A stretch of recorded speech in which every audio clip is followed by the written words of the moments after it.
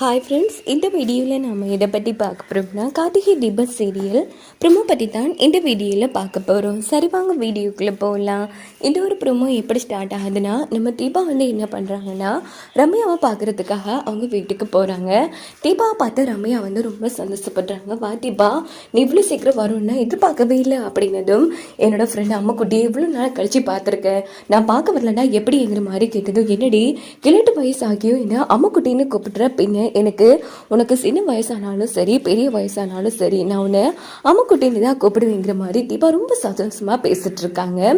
இங்கே பார்த்தோம்னா ரம்யாவுக்கு அடிக்கடி நம்ம கார்த்தி நினைப்பாவே வருது. என்ன அந்த யோசனையில் இருக்கிற மாதிரி இருக்குது தீபா. இப்போ வரைக்கும் ஒரு விஷயத்த நான் சொல்ல வேண்டிய ஆள்கிட்ட சொல்லலை, ஆனால் உங்ககிட்ட தான் சொல்ல போகிறேன். எனக்கு என்ன பண்ணுறேனே புரியல தீபா, ஒரே குழப்பமாக இருக்குது அப்படின்னதும், புரியலையே அப்படின்னு தீபா கேட்குறாங்க. அது என்னோடய ஃபேக்ட்ரியில் ஒரு லேபர் இருக்கான். ஸோ அவனை போல ஒரு ஸ்மார்ட் நான் இது வரைக்கும் யாரையும் பார்த்ததே இல்லை. என்னோட மனசை ஜெயிச்சிருக்கானா பாரு, எனக்கு அவனை ரொம்ப பிடிச்சிருக்கு தீபா, நான் அவனை லவ் பண்ணுறேன் அப்படின்னதும் தீபா அதிர்ச்சி ஆகிறாங்க. பாடுறா, நீ காதலிக்கிற அளவுக்கு ஒரு லேபரா, அதுவும் லேபரா, என்ன சொல்ற, அப்போ அந்த அதிர்ஷ்டசாலி யாரு அப்படின்னு கேட்டதும் உடனே நம்ம ரம்யா அவன் பேர் கார்த்திக் அப்படின்னு சொல்றாங்க. இதுக்கிட்ட தீபா அதிர்ச்சி ஆகிறாங்க. என்ன பேரு கார்த்திக் அப்படின்னதும், அம்மா குட்டி ஒன்று தெரியுமா, என்னோட ஹஸ்பண்ட் பேரும் கார்த்திக் தான் அப்படின்னு தீபா சொல்லி சந்தோஷப்படுறாங்க. நிஜமாவா சொல்ற? ஆமா, கார்த்திக் பேர்ல இருக்கிற எல்லாரும் நல்லவங்களா தான் இருப்பாங்க அப்படின்னு தீபா சொன்னதும், ஓகே தீபா, இங்கே பாரு, இப்போ வரைக்கும் என்னோட காதலை நான் கார்த்திக்கிட்ட சொல்லவே இல்லை, இருந்தாலும் சொல்றதுக்கு ரொம்ப தயக்கமாகவும் பயமாகவும் இருக்கு தீபா, நீ தான் எப்படியாச்சும் என் காதலை சொல்றதுக்கு ஒரு ஐடியா கொடுக்கணும் அப்படின்னதும், இந்த பக்கம் நம்ம தீபா ஒரு விஷயம் தெரியுமா, நானே என் காதலை சொல்லவே இல்லை, எங்க கல்யாணம் எப்படி நடந்துச்சு தெரியுமா அப்படின்னு நடந்த எல்லா விஷயத்தையும் ஆரம்பத்திலிருந்து கார்த்திக்க பார்த்த எல்லா விஷயத்தையுமே ரம்யா கிட்ட சொல்றாங்க. தீபா இதுக்கிட்ட ரம்யா, என்னடி உன் வாழ்க்கையில இவ்வளவு சுவாரஸ்யமான விஷயம்லாம் நடந்திருக்கா?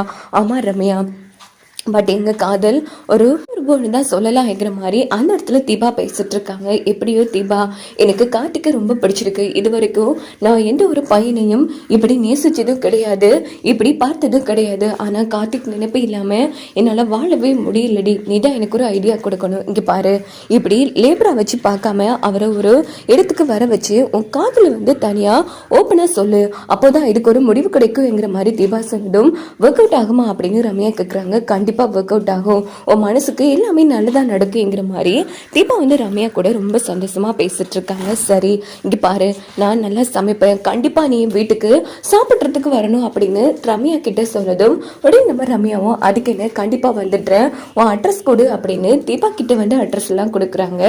அதுக்கப்புறமா தீபா நேராக வீட்டுக்கு கிளம்பிடுறாங்க. அப்போ அபிராமி, எங்கம்மா போனேன், இப்படி என்னோட ஃப்ரெண்ட் அம்மாக்குட்டியை பார்த்துட்டு வர அத்தை அப்படின்னது, ஓஹோ அன்னைக்கு சேர்த்து அடிச்சுட்டு போனாலே அந்த பொண்ணு தானே, ஆமா அத்தைங்கிற மாதிரி தீபா ரொம்ப சந்தோஷப்பட்டு பேசிட்டு இருக்காங்க. இங்கே பார்த்தோன்னா நேராக நம்ம ரம்யா ஃபேக்ட்ரிக்கு வராங்க. அப்போ கார்த்தி சூப்பராக வேலை பார்த்துட்டு இருக்காங்க. இதை பார்த்து ரசிச்சுட்டே இருக்காங்க ரம்யா.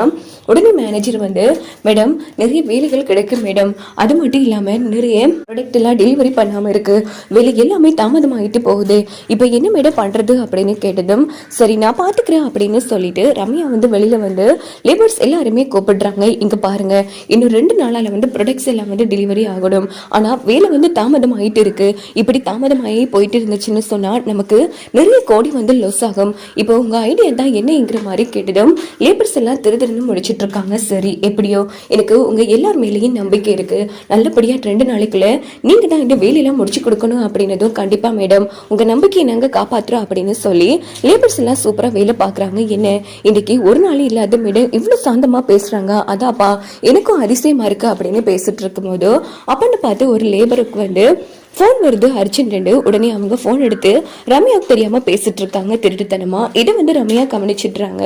ரம்யா பார்த்தா அந்த ஆள் ஃபோனை வச்சுட்டு, மேடம் மன்னிச்சிருங்க மேடம், என் பொண்டாட்டி பிரசவ வலி மேடம், என்ன உடனே கையெழுத்து போடுறதுக்கு கிளம்பி வர சொல்றாங்க, நான் தெரியாதனமா ஃபோன் எடுத்துட்டு மன்னிச்சிருங்க மேடம், என்ன வேலையை விட்டு தூக்கிடாதீங்க அப்படின்னு கெஞ்சினதும், இங்க பாருங்க அதுவும் உங்க பொண்டாட்டி பிரசவ வழியில துடிச்சிட்டு இருக்காங்க, ஒரு குழந்தை பிறக்கிறதுங்கிறது எவ்வளவு பெரிய விஷயம், இங்க பாருங்க வேலையா முக்கியம், நீங்க உடனே ஹாஸ்பிட்டலுக்கு போங்க அப்படின்னதும் லேபர்ஸ் எல்லாம் ஆச்சரியப்பட்டு பாக்குறாங்க. என்னடா இது ரம்யா மேடமா அப்படின்னு சொல்லி உடனே நம்ம மாணிக்கம் கார்த்திக்கிட்ட பாத்தியாப்பா, நம்ம மேடத்துக்கிட்ட இவ்வளோ பெரிய மாற்றம் வந்திருக்குன்னா அதுக்கு முழுக்க காரணம் நீ தான் கார்த்தி, எனக்கே ஆச்சரியமா இருக்குன்னு அப்படின்னு கார்த்தி வந்து பேசிட்டு இருக்காங்க. லேபர்ஸ் எல்லாம் கார்த்திக் தம்பி, நீங்க வந்து நேரம் தான் இன்னைக்கு எங்க மேடம் இவ்வளோ நல்லவங்களா மாறி இருக்காங்க. இப்படியே இருந்தாங்கன்னா எங்களுக்கு சந்தோஷமா இருக்கும் தம்பி. நாங்களும் குடும்பம் புள்ள குட்டின்னு சந்தோஷமாவும் நிம்மதியாகவும் வேலை பாப்பா அப்படின்னதும் கவலைப்படாதீங்கன்னு. பேசிக்கா அவங்க நல்லவங்க தான், ஏதோ ஒரு விஷயம் அவங்கள பாதிச்சிருக்கு, அதனாலதான் அவங்க இப்படி முரட்டுத்தனமா நடந்திருக்காங்க.